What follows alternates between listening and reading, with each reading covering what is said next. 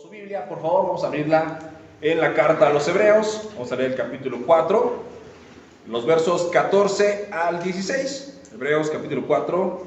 Vamos a leer desde el 15, pero para tener más amplio el panorama, leamos del 14 en adelante. Cuando estén ahí en la carta a los Hebreos, levanten su mano para que yo sepa que puedo comenzar a leer. Mientras ubican la cita, damos la bienvenida a todos nuestros hermanos que nos siguen por medio de la transmisión que hacemos en el Facebook, y como siempre les reiteramos la invitación a acudir a nuestras reuniones presenciales. En Ecatepec tenemos reuniones los días miércoles a las 7:30 de la noche y los domingos a las 10:30, al igual que aquí en Gustavo Madero, y en Oaxaca también son a las 10:30 los domingos. Y para quienes les quede cerca la iglesia que hoy acá, son los domingos a las 9 de la mañana. Muy bien, estamos todos ahí. Hebreos capítulo 4, ¿sí? Versos 14 al 16, dice así: por tanto, teniendo un gran sumo sacerdote que traspasó los cielos, Jesús, el Hijo de Dios, retengamos nuestra profesión, porque no tenemos un sumo sacerdote que no puede compadecerse de nuestras debilidades, sino uno que fue tentado en todo según nuestra semejanza, pero sin pecado. Acerquémonos pues confiadamente al trono de la gracia para alcanzar misericordia y hallar gracia para el oportuno socorro. Y todos decimos amén. Vamos a poner este tiempo en las manos de Dios y ahorita hacemos el estudio. Amado Dios, te doy gracias por tu amor y por tu misericordia. Gracias, Padre, por todo lo que tú nos das, porque nos das la oportunidad de estar reunidos esta mañana como tu iglesia para recibir tu santo y sabio consejo. Ayúdanos, Señor, a salir de este lugar transformados y edificados por el poder de tu palabra. Abre nuestro entendimiento. Ayúdanos, Señor, a hacer luz en medio de las tinieblas, a hacer esa sal y esa luz que tú quieres para que manifestemos tu amor al mundo. Te lo pedimos, Padre, en el precioso nombre de tu Hijo Jesús. Amén y amén. Muy bien, vamos a comenzar. El título del estudio esta mañana es La tristeza y la frustración. Y yo sé que muchas veces nosotros enfrentamos situaciones en la vida que nos llevan a estar tristes o a estar frustrados, y lo complejo es cómo enfrentar esa situación. No es negar que pasan, porque por supuesto que nos van a pasar, pero saber cómo podemos enfrentarlas. Y en la carta a los Hebreos, el escritor a los Hebreos nos está haciendo una advertencia o una recomendación. Todos nosotros los que somos hijos de Dios, dice el verso 14, por tanto, ha explicado en Hebreos la obra de Jesucristo, su obra redentora, cómo es que nos ha alcanzado y todo lo que ha hecho por nosotros. Y dice en el verso 14, por tanto, teniendo un gran sumo sacerdote que traspasó los cielos, Jesús, el Hijo de Dios, retengamos nuestra profesión. Y es que todos hemos sido llamados a servir a Dios, y todos hemos sido llamados a vivir de una manera santa y apartada para Él. Esa es nuestra profesión. Somos llamados a ser la imagen y semejanza de Dios, la luz y la sal en este mundo. Pero, como somos seres humanos, que estamos compuestos por una tricotomía, que son tres partes: cuerpo, alma y espíritu, en ocasiones la función o la disfunción que hay entre estas tres partes nos lleva a no cumplir con nuestro llamado, nos lleva a ser estorbados en el cumplimiento de esta profesión. Por eso dice que pensemos en que ya tenemos este sumo sacerdote que traspasó los cielos. ¿Qué significa que nuestro sumo sacerdote traspasó los cielos? Bueno, que Dios, el Dios encarnado, Jesucristo, tomó forma de hombre y vino a la tierra. Pero saben, aquí hay un asunto doctrinal y teológico que a veces no es bien comprendido. Que Jesús se haya hecho hombre, ¿qué significa esto? En ocasiones podemos cometer el error de pensar que Jesús tenía una ventaja sobre todos los demás seres humanos porque Él es Dios. Y es cierto que Jesucristo es 100% Dios, pero también fue 100% hombre. Y que sea el Hijo de Dios también tiene una doble función. Por un lado, nosotros creemos en el Dios Trino, Padre, Hijo y Espíritu Santo. Y en esta relación trinitaria, una cosa es la relación trinitaria que hay entre ellos tres en el cielo, Y otra cosa es la relación que Jesús empezó a tener tanto con el Padre como con el Espíritu Santo cuando se volvió hombre. Jesús era Dios entre nosotros, sí, pero Él vivió una vida humana. ¿Por qué Jesús vivió una vida humana? Porque Dios creó al hombre con ciertas características y para que se llevara a cabo la redención tenía que ser un hombre el que ocupara el lugar de la humanidad delante de Dios para juzgarlo. Así como Adán tomó la representación de la humanidad y con su pecado todos hemos nacido con una naturaleza caída, asimismo tenía que ser un hombre quien tomara el lugar de la humanidad para que nos redimiera. En Adán nos perdimos, en Jesús fuimos rescatados. Entonces Jesús tenía que ser también un hombre. Y en ocasiones, les digo, cometemos este error de pensar que Jesús tenía alguna ventaja sobre nosotros porque era Dios, o que la única parte importante de nuestra vida es la parte espiritual. Les hablaba que tenemos una tricotomía, 3 partes: cuerpo, alma y espíritu. Por supuesto, la espiritual es súper importante, es muy necesario crecer en la fe, madurar. Pero ¿qué pasa si yo solamente pongo énfasis en la parte espiritual y descuido mi parte física y mi parte emocional? Evidentemente mi parte espiritual no estará bien. Por eso el escritor a los Hebreos les está recordando que tengamos cuidado de no descuidar nuestra profesión, aquello a lo que fuimos llamados, y fuimos llamados a cumplir una misión con todo lo que somos, con nuestro cuerpo, con nuestra alma y con nuestro espíritu. Nuestra labor no es solamente espiritual, porque no pudiéramos cumplir con una labor espiritual a menos de que tuviéramos un cuerpo y un alma con los cuales fuimos dotados. Y podemos recordar cómo Dios hizo al hombre en el libro de Génesis. En Génesis, cuando está hablando de la creación, en el 6º día, Dios hace al hombre. ¿Y cómo hace Dios al hombre? ¿Quién recuerda cómo hace Dios al hombre? A su imagen y semejanza. Pero dice que lo formó, ¿de dónde? Del polvo de la tierra. Nuestra naturaleza está implícita y relacionada con este mundo, porque de aquí fuimos tomados. No es como que el hombre no existe sin su cuerpo. El cuerpo del ser humano es bien importante porque es lo que nos hace ser seres humanos, nos hace diferentes a los ángeles. Por eso era tan importante que Jesús tomara un cuerpo humano y viviera como ser humano en la tierra. Y de hecho, la consumación de la redención de la humanidad se refleja en la resurrección de Cristo. ¿Y Cristo aparece resucitado de forma solamente espiritual? No. ¿Cómo aparece Jesús resucitado? ¿Qué tiene? Un cuerpo. Incluso Tomás mete sus dedos en las llagas de Jesús, en los orificios de las manos y en su costado, porque Él tiene un cuerpo. Y a nosotros nos es prometido en el día de la resurrección recibir ¿qué?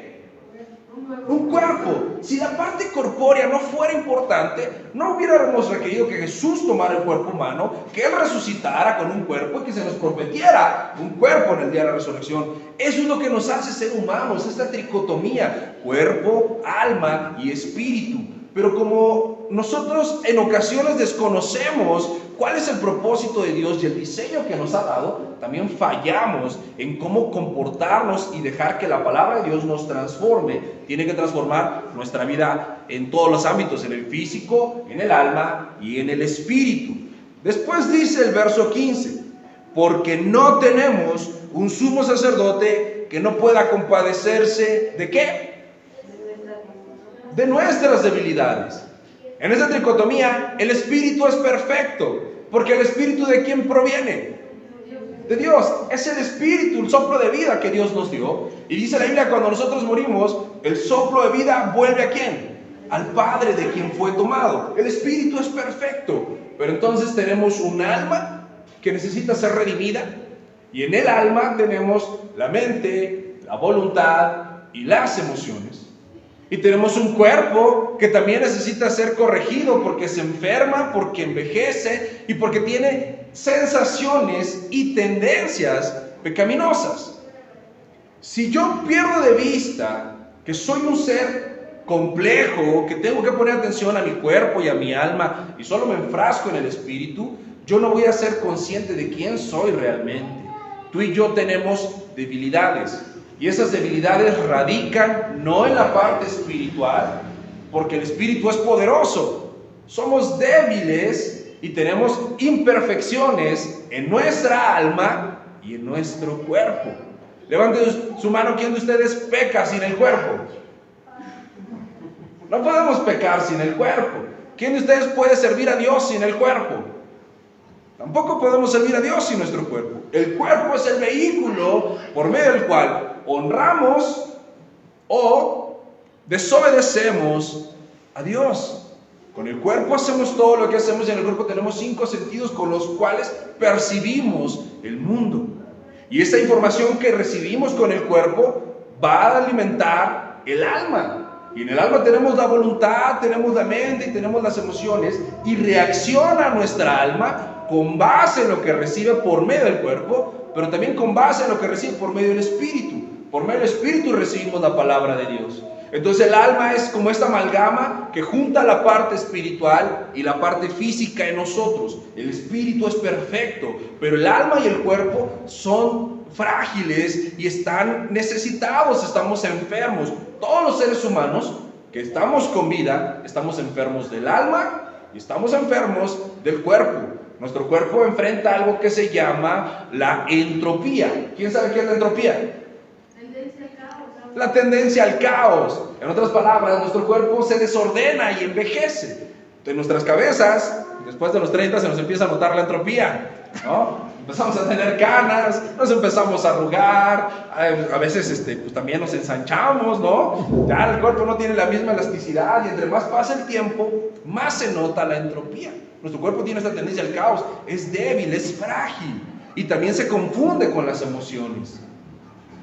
Y nuestra alma necesita ser santificada, ha sido redimida, pero ahora necesitamos una santificación, corregir lo que hay en mi mente y lo que hay en mi voluntad, porque todo eso se ve manifiesto en mis emociones.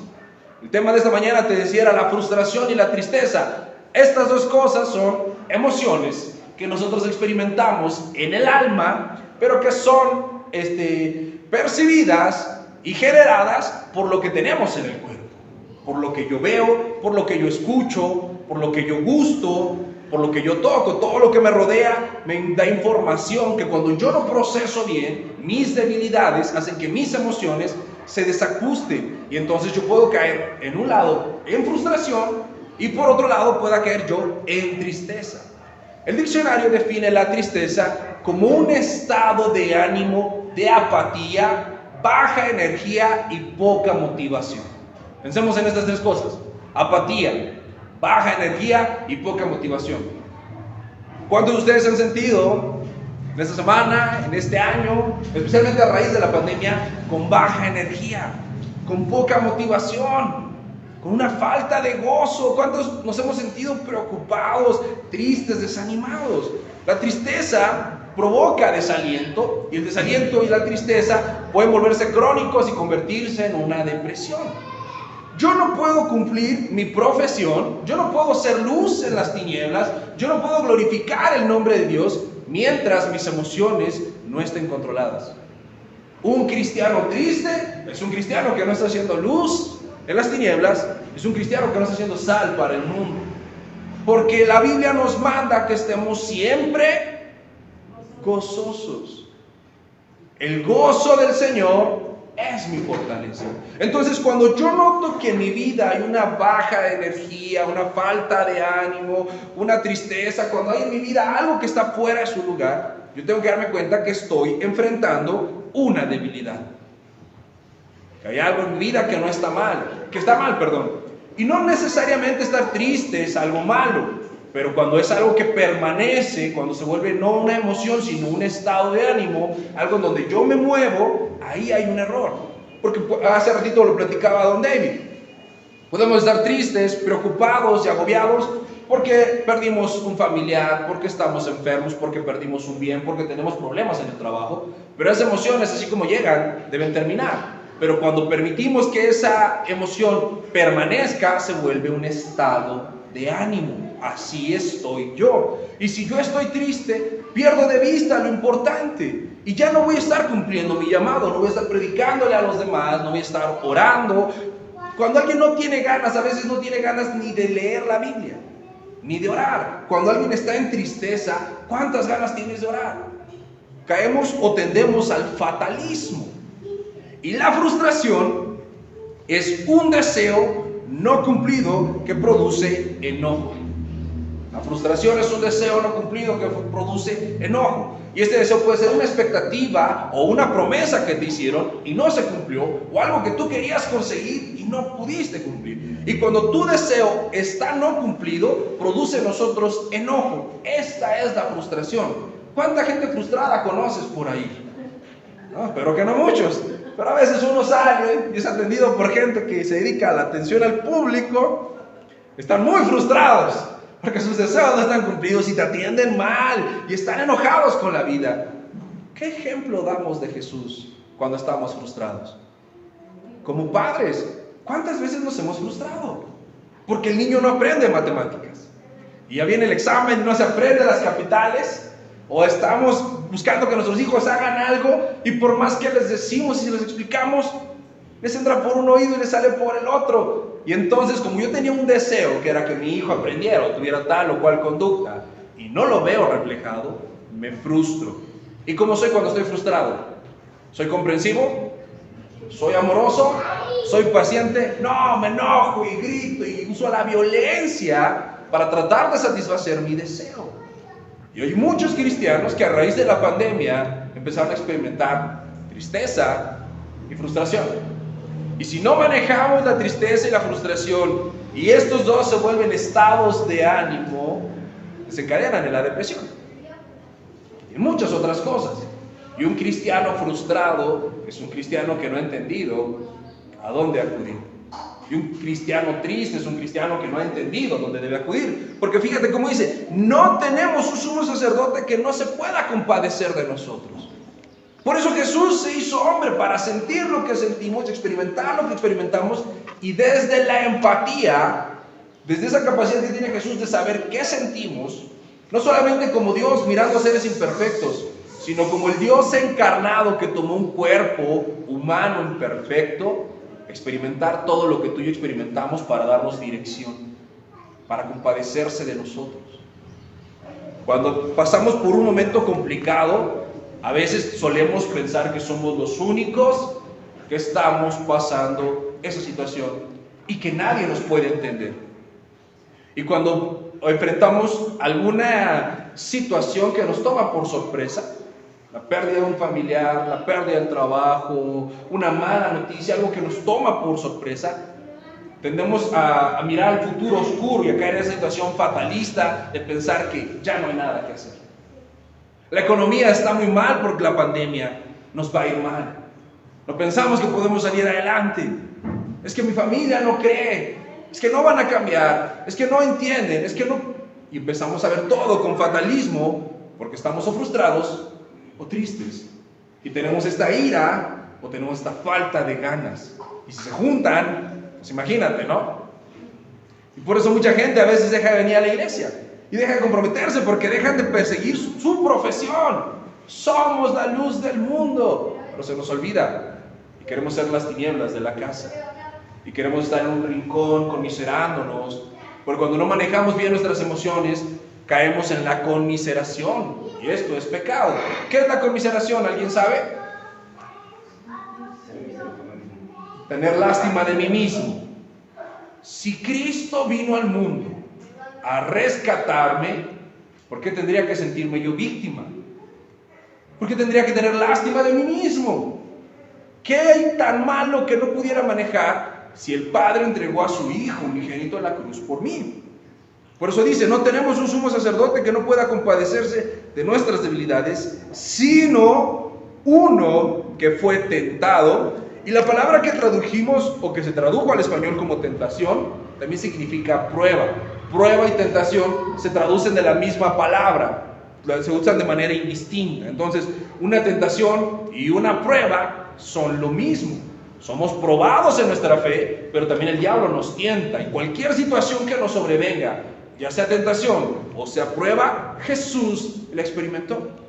Jesús fue probado en todo y Jesús fue tentado en todo. Él sabe lo que se siente estar en una tentación. Él sabe lo que se siente estar siendo probado. Y la más clara ejemplo de la prueba y la tentación que enfrentó Jesús es el Getsemaní. Jesús está siendo probado por Dios, probado en su obediencia. Tiene que perderlo todo para ganar. Tiene que abandonarse y confiar en el amor del Padre y en sus promesas para enfrentar la cruz. Porque no solamente era esa cruz de madera y los clavos de metal lo que atormentaban a Jesús, sino la ira de Dios descargada sobre Jesús en el aspecto físico, emocional y espiritual, porque estaba tomando tu lugar y el mío en la cruz. Y cuando Jesús va a enfrentar a eso, tiene una gran prueba, porque son malas noticias, es sufrimiento, es dolor, es tristeza. El Padre lo abandonó, le dio la espalda el Padre a la humanidad de Cristo en la cruz. Estaba enfrentando lo peor que podía enfrentar Jesús, ser condenado y juzgado por el pecado de todos nosotros. Pero también vino la tentación, y la tentación lo llevaba a pensar renuncia. Y los cristianos somos probados y somos tentados. Y somos tentados a pensar renuncia. Ya no sigas adelante. ¿Para qué vas a la iglesia? ¿Para qué oras? ¿Para qué ayunas si las cosas no cambian? ¿Para qué les predicas si tu familia no cambia? Esa es la tentación. Y la prueba son las adversidades. Todo se radica en nuestras debilidades emocionales y físicas. Lo que yo puedo ver con mis ojos me engaña y entonces produce emociones alteradas y fuera de control dentro de mí. Y si yo no volteo a ver a Jesús y solamente estoy percibiendo con mis sentidos, mis emociones no tienen control, la tentación viene a mí y me vence. Es necesario que aprendamos a dominar la tristeza y la frustración, que son las puertas que le abrimos al caos. Dios y Jesús se compadece de nosotros. Verso 16. Acerquémonos pues. Cuando yo me doy cuenta que soy imperfecto y que voy a ser probado y voy a ser tentado en todo, la solución no es mirar la prueba ni escuchar la tentación. ¿Cuál es la solución, mis amados? Acercarnos pues confiadamente al trono de la gracia para alcanzar misericordia y hallar gracia para el oportuno socorro. La misericordia es para nuestros pecados y el oportuno socorro para nuestras pruebas. Puedes ver, las dos cosas se están relacionando todo el tiempo en estos versos. Y un mal manejo de nuestras emociones nos puede llevar a situaciones críticas. Pero no se trata de sentirnos culpables o lo peor de lo peor porque pasamos esto. Porque grandes hombres de la Biblia enfrentaron frustraciones y pruebas y por un momento fracasaron en el intento. Uno de ellos, que a mí me impacta mucho, es el profeta Jeremías. Te voy a leer rápido lo que dice el profeta Jeremías en el capítulo 20, los versos 14 al 18. Ve cuánto ánimo y motivación tiene el profeta de Dios en este momento. Maldito el día en que nací, el día que mi madre me dio a luz, no sea bendito. Maldito el hombre que dio nuevas a mi padre, diciendo, hijo varón te ha nacido, haciéndole alegrarse así mucho. Y sea el tal hombre como las ciudades que asoló Jehová, y no se arrepintió, oiga gritos de mañana y de voces, porque no me mató. Y el vientre de mi madre hubiera sido mi sepulcro, su vientre embarazado para siempre. ¿Por qué salí del vientre? Para ver trabajo y dolor y que mis días se gasten en afrentas. Está hablando un profeta de Dios, un hombre escogido por el Señor, ungido, que Dios le hablaba en sueños y en visiones y con una voz audible. Pero Jeremías le está predicando a todo el mundo. ¿Y sabes qué hacen aquellos a los que les predican? Lo rechazan, lo ignoran y no se convierten. Y en un punto Jeremías dice al Señor, a ver, ya estuvo bueno. Yo quise portarme bien, yo quise hacer bien las cosas, yo me acerqué a ti, Señor, yo te sirvo, yo te amo, yo oro, pero todo está mal, nada me sale bien. El pueblo no me hace caso, no se arrepienten y me quieren matar. Paren el mundo, que aquí me va. Maldice al partero que le avisó a su papá que había tenido un hijo y lo maldice porque no lo mató. Dice, ¿para qué me ayudó a nacer? Mejor me hubiera matado. Maldito el día en el que nací. Esto es fatalismo. ¿Cuántas veces nos hemos visto envueltos en el fatalismo? De pensar que ya se acabó, que ya no hay más La frustración y la tristeza desencadenan en la mayor parte de las personas pensamientos de suicidio. Entre los cristianos los pensamientos de suicidio no son tan comunes como entre la gente que no conoce a Dios. La gente que no conoce a Dios ve al suicidio como una solución para los problemas. Porque si lo que yo quiero no lo puedo tener, frustración, y nadie me quiere, tristeza, pues ¿para qué vivo? Mejor me muero. Y por eso atentan contra su vida. Pero los cristianos sabemos que la vida tiene un valor y que nosotros no podemos decidir tomarla o perderla. Entonces queremos que Dios haga el trabajo sucio, ¿no? No me puedo suicidar, Señor, si me ayudas a suicidarme. Mejor llévame, Diosito. ¿Para qué nací? Yo no sé qué hago aquí. Esos son los pensamientos suicidas de un cristiano, disfrazados.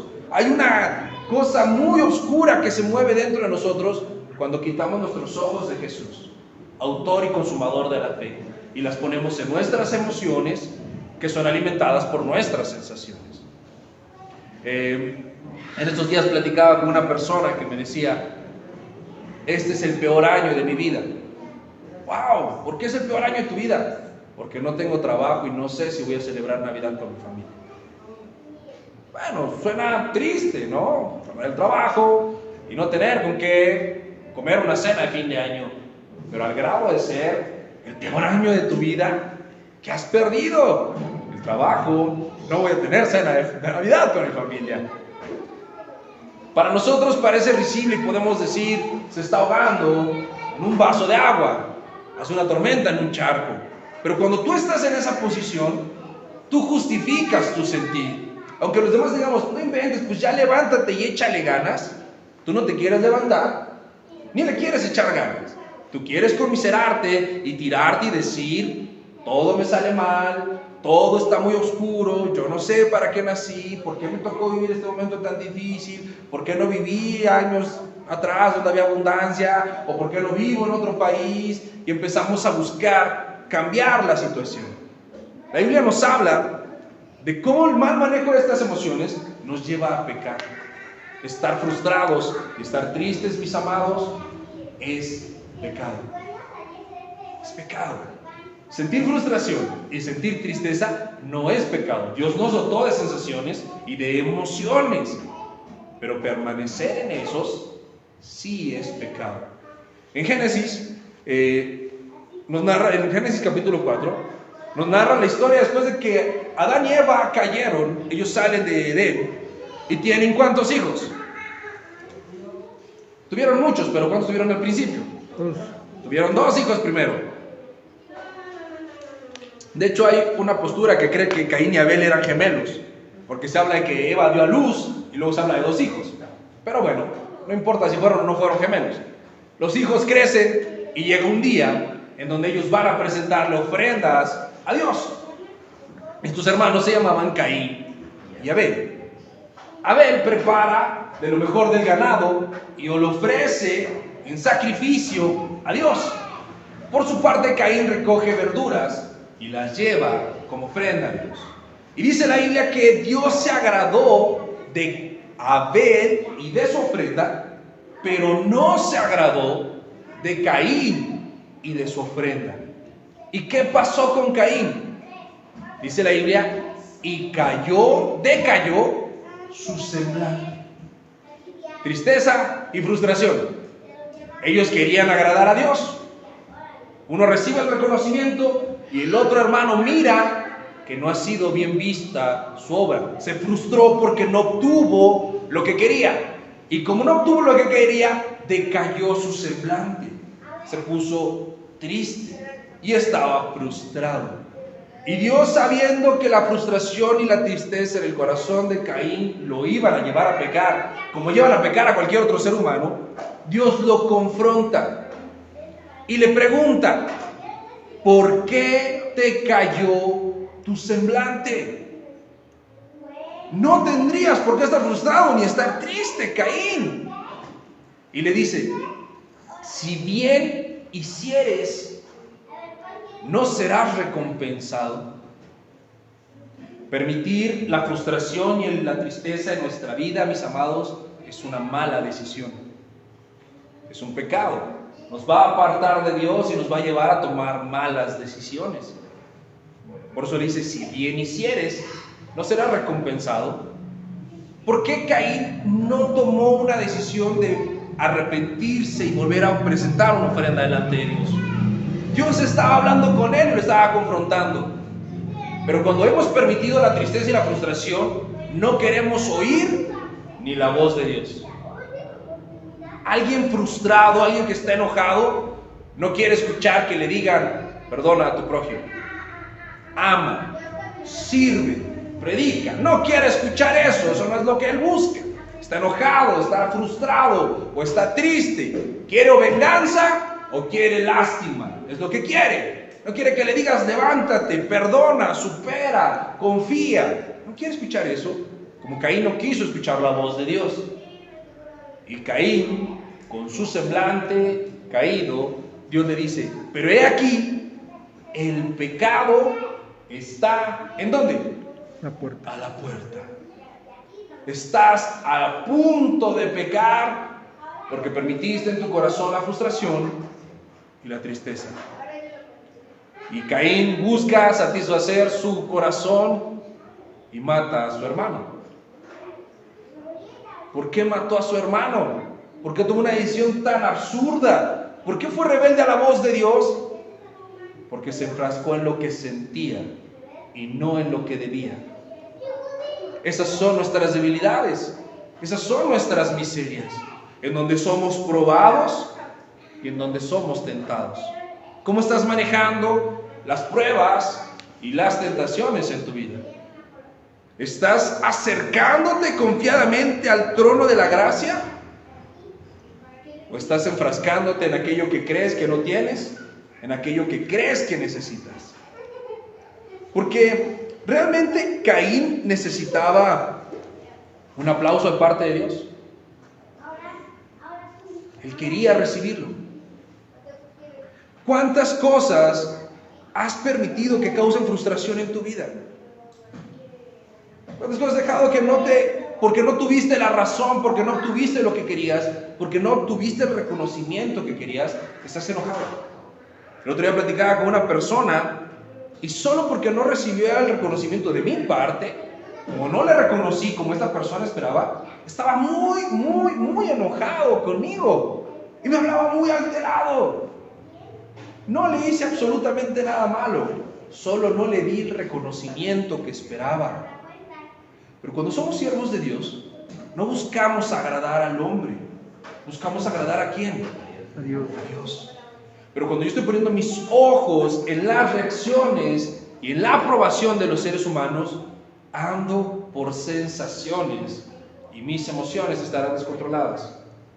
Pero cuando yo me acerco al trono de la gracia, recibo misericordia para perdonar mis pecados y oportuno socorro para superar mis pruebas.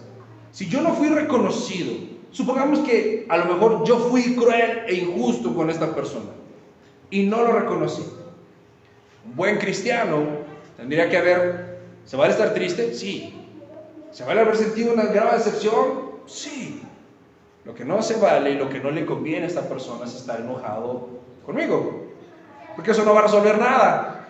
Sin embargo, si después de haber sentido triste y frustrado va y lo ora y busca a Dios y medita en su palabra, ese malestar que siente esta persona lo va a entregar a los pies de Jesucristo y ahí se va a acabar. No hay tristeza y no hay frustración, porque recibió misericordia para el perdón de sus pecados y el pronto socorro a Dios para mostrarle quien sí ha visto su servicio, quien sí conoce su corazón y quien es galardonador de los que le buscan, porque no le servimos a hombres, sino a Dios. No esperemos reconocimiento de hombres, sino de Dios. Esta persona tendría que haber hecho eso, entonces su corazón estaría en paz. Pero esta persona tiene un corazón atribulado y agobiado porque no recibió de mí lo que pensaba o esperaba recibir.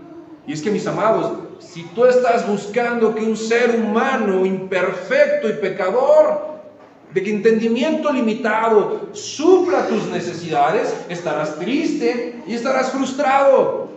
Si estás esperando que el mundo y las circunstancias cambiantes en un mundo caído suplan tus necesidades, vas a estar triste y vas a estar frustrado.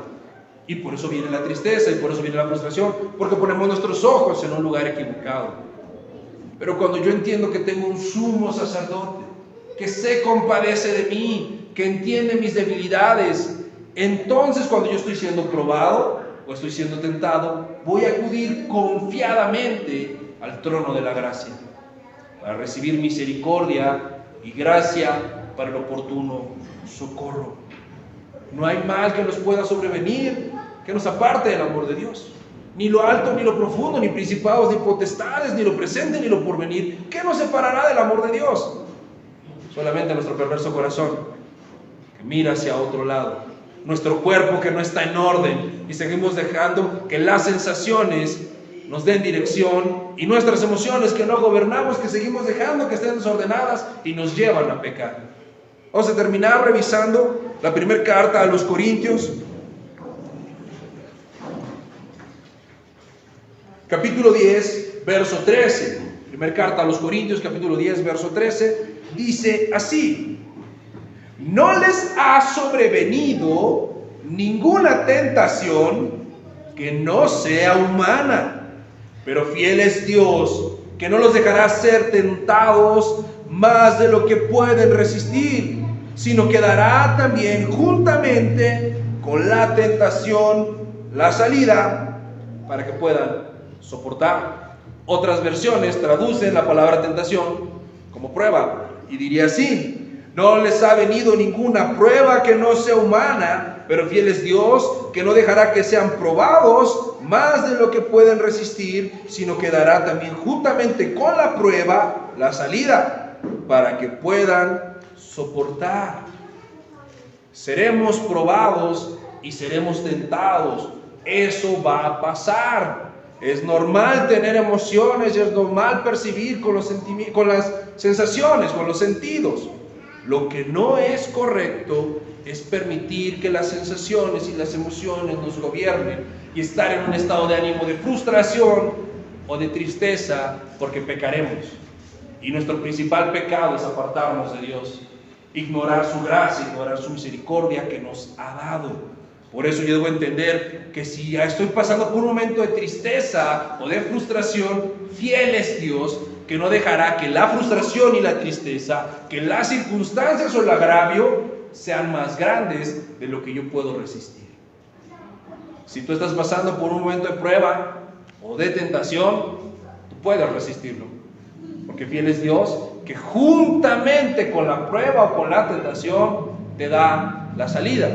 ¿Cuál es la salida? Lo leímos en Hebreos: acercaos confiadamente al trono de la gracia. Estamos pasando momentos difíciles, sí. Estamos teniendo pruebas, sí. El diablo nos susurra al oído: renuncia, ya no sigas, no vale la pena. Claro, eso sucede. Pero juntamente con las pruebas y las tentaciones, tenemos la gracia de Dios que nos acompaña. ¿Por qué dice juntamente? Porque, mis amados, ¿cuándo nos ha dejado Dios? Nunca. Él prometió estar con nosotros todos los días hasta el fin. Y si viene a mí una prueba, ¿quién está conmigo juntamente en esa prueba? Cristo. Y si soy tentado, ¿quién está conmigo juntamente en esa tentación? Cristo, que es el sumo sacerdote, que fue tentado de la misma manera y probado de la misma manera. Yo no estoy minimizando las emociones de nadie, o por lo menos no es la idea de minimizar las emociones de nadie. Pero la Biblia nos dice un montón de veces: esfuérzate y sé valiente, no temas ni desmayes, regocijaos en el Señor. Otra vez les digo, regocijaos. También la Biblia dice: cobren ánimo y estén conscientes de que Jehová es su Salvador.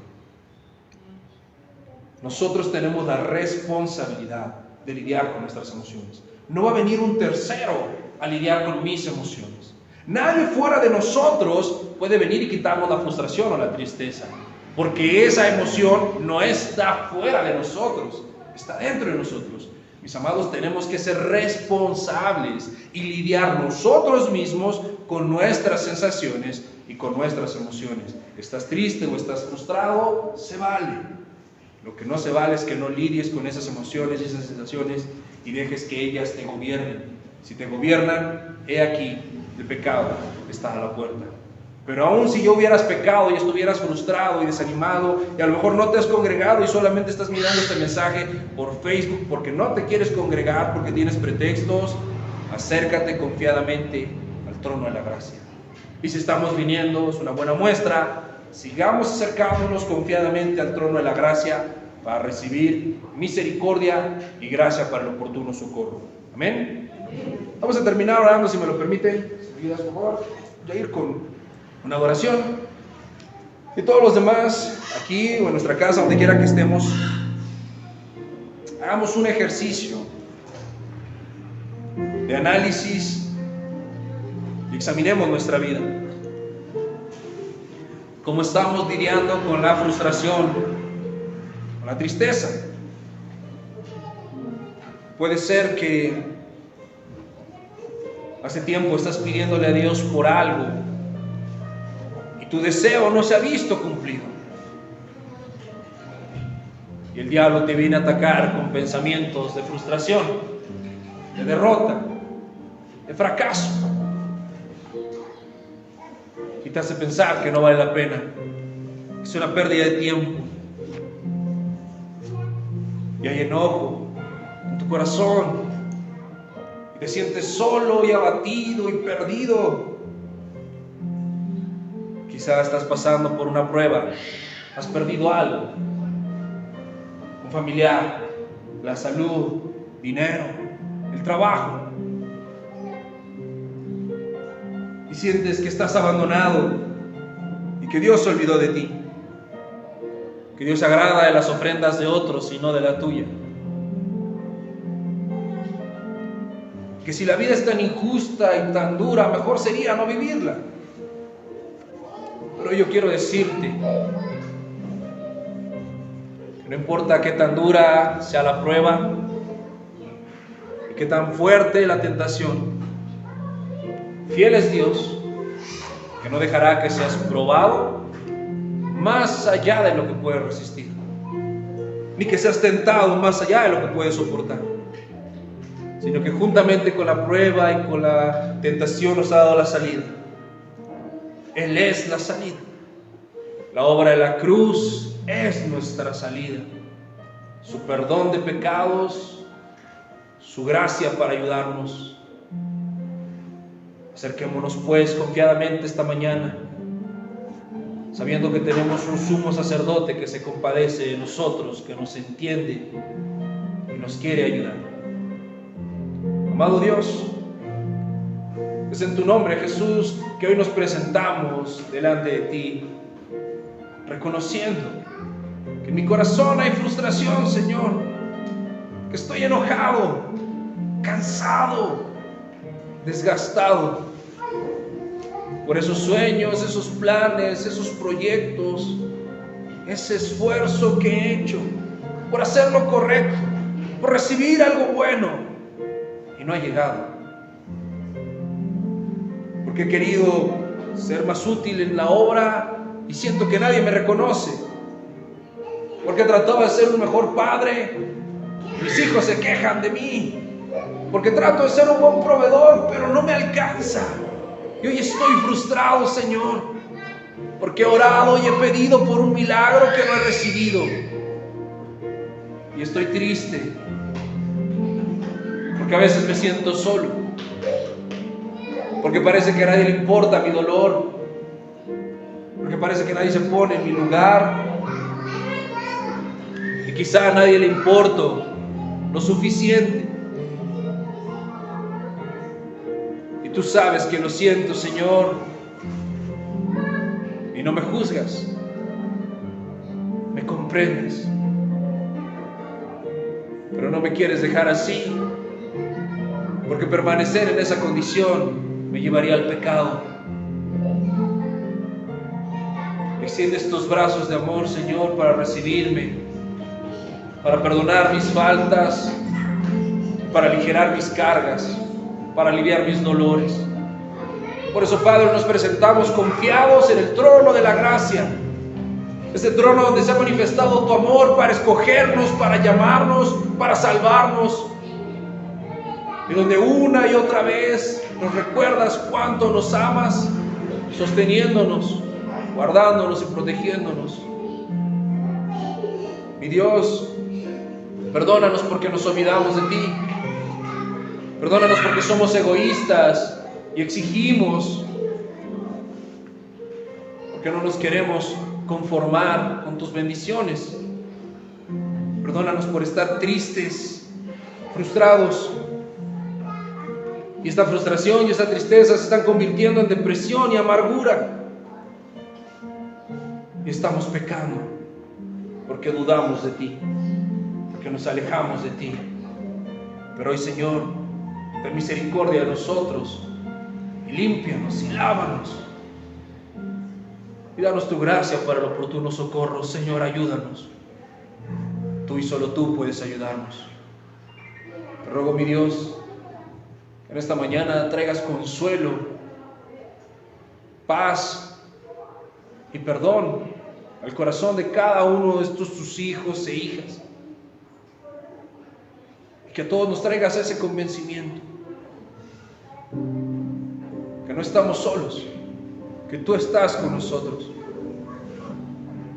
que todo lo que sentimos es importante, te importa a ti, y que quieres lo mejor para nosotros, y tú eres lo mejor.